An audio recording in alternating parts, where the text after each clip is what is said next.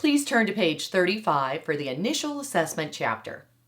At the start of the Emergent Reading Program, students are assessed to determine their placement in the proper reading level: red, orange, yellow, green, or blue.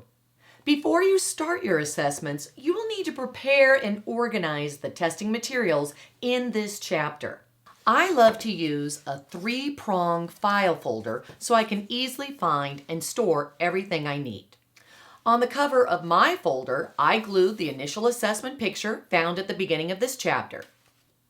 Inside my file folder, I store the 4 assessment pages. These are the Blackline Masters that you will find in this chapter that you will laminate on the matching color-coded construction paper to give to students when you are assessing them.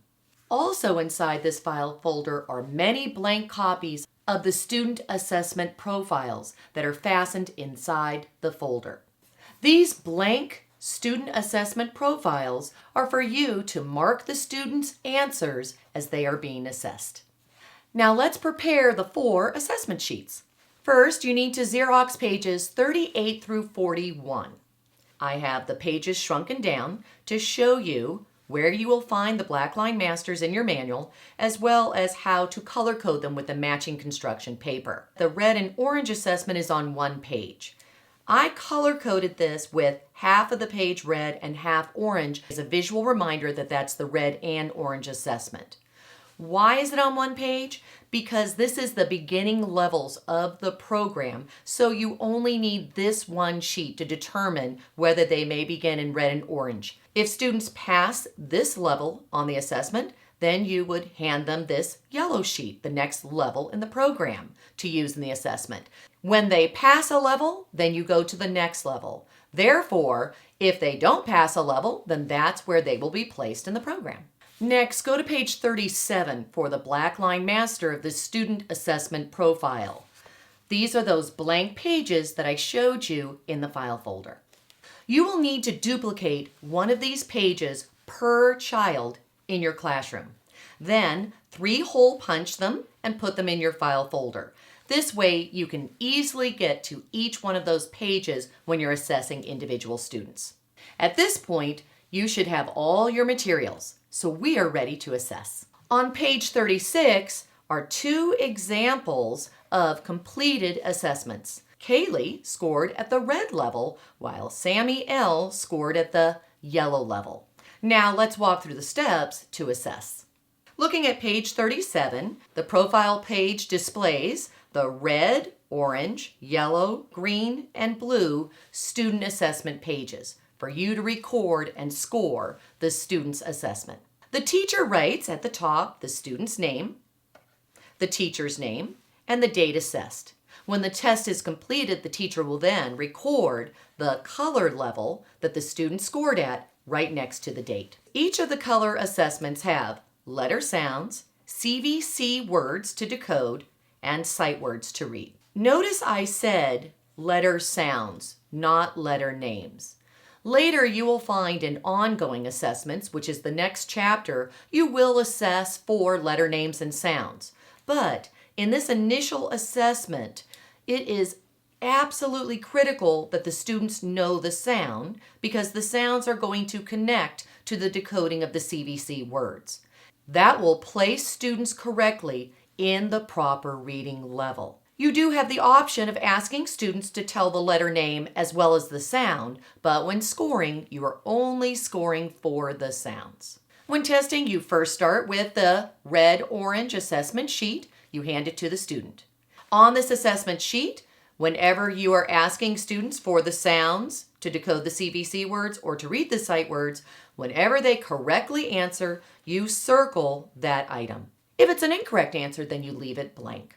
After the students have finished each section, you will count and record the correctly answered items right next to each box. Notice the pass score. If they do not reach that number, then they do not pass this level, and that's where you will place them in the group. Let's say that they passed the letter section, but not the CVC and the sight words. They will still stay at this level in their reading groups. They need to pass all 3 boxes for each color level.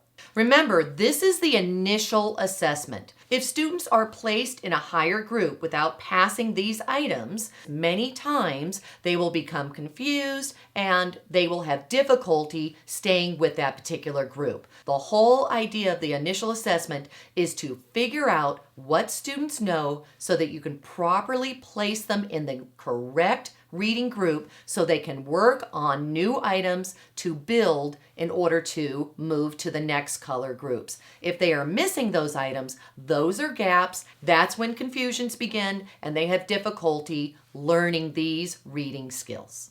To visualize this in the classroom, here we have the teacher, we have the student, one-on-one assessment. The student is pointing to their assessment sheet as the teacher marks the student assessment profile. And down below, you'll see the student assessment profile. And in this case, because they were just starting the assessment, you see the red and orange level assessment sheet. Let's now go back to Kaylee's completed assessment. Here she is finishing the red and orange level assessment page, and the teacher has circled the items from that page that she knew correctly. Notice she knew the letter A sound as well as the sight word A. Her score here shows that she needs to start in the red level group. This is Sammy's assessment profile. Sammy passed the red and orange level, knew some letter sounds and words at the yellow level, but not enough to pass. That means Sammy is placed in the yellow reading group for instruction. One quick note, remember I talked about letter sounds. On the student assessment sheets, it reminds you at the top what to tell students that they need to do. In this case, it says, read the letter name, read the letter sounds. Remember, read the letter name is optional. The reason why I have students sometimes read the letter name, even though it won't be a part of the score to determine placement, it gives the teacher information that the student knows something about that letter. If the student doesn't know the name or sound, then that letter truly is unknown. But if they know the name but not the sound, then they know more about that letter than nothing at all. So that is important information, but not used to score for where they will be placed initially in this program. This ends the assessment for the initial placement of students in this program. In the next chapter, which is titled End of Level Assessments, you will learn about ongoing assessments that ensure students master each color level before moving them on to the next. And it also identifies any gaps that occurred in instruction so that you can go back and reteach.